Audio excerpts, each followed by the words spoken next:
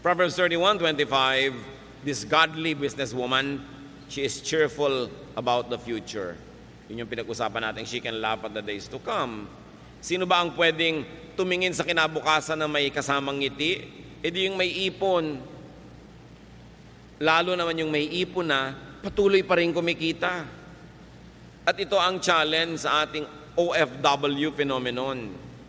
Maraming kumikita, mababasa nyo sa dyaryo, buwan-buwan, bilyon na dolyar ang pumapasok sa Pilipinas. Pero marami naman sa ating mga OFW, matanggal sa trabaho o umuwi. After 6 months, gutom na naman. Paano marami doon sa pamilya, walang inatupag kundi gumasta.